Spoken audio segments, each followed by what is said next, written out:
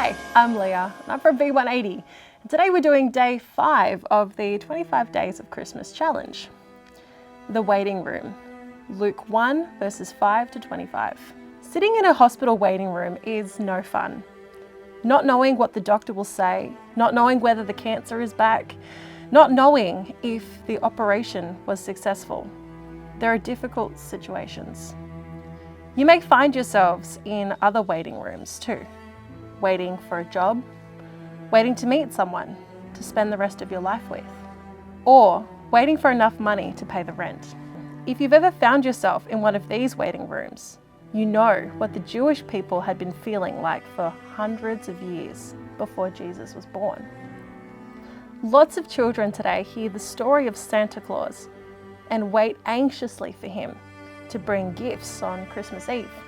But for thousands of years, children in Jewish families were told a true story, far more wonderful and awe-inspiring. They learned that God would one day send a Messiah, a deliverer, someone who would rule over the entire world.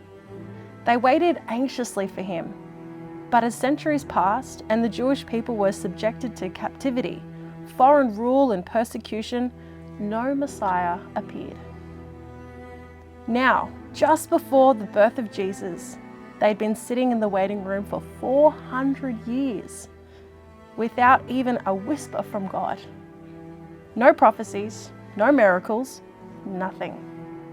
Zechariah and Elizabeth had been in their own waiting room throughout their marriage.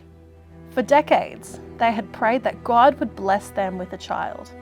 And for decades, their arms and Elizabeth's womb remained empty.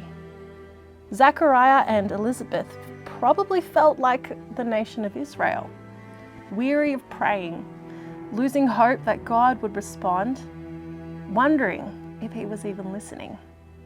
When an angel suddenly showed up in their waiting room, "Your prayer has been heard," the angel said. If you've ever felt that your prayers were being spoken to an empty room, then you know how encouraged Zechariah must have been when he discovered that God had been listening to every word.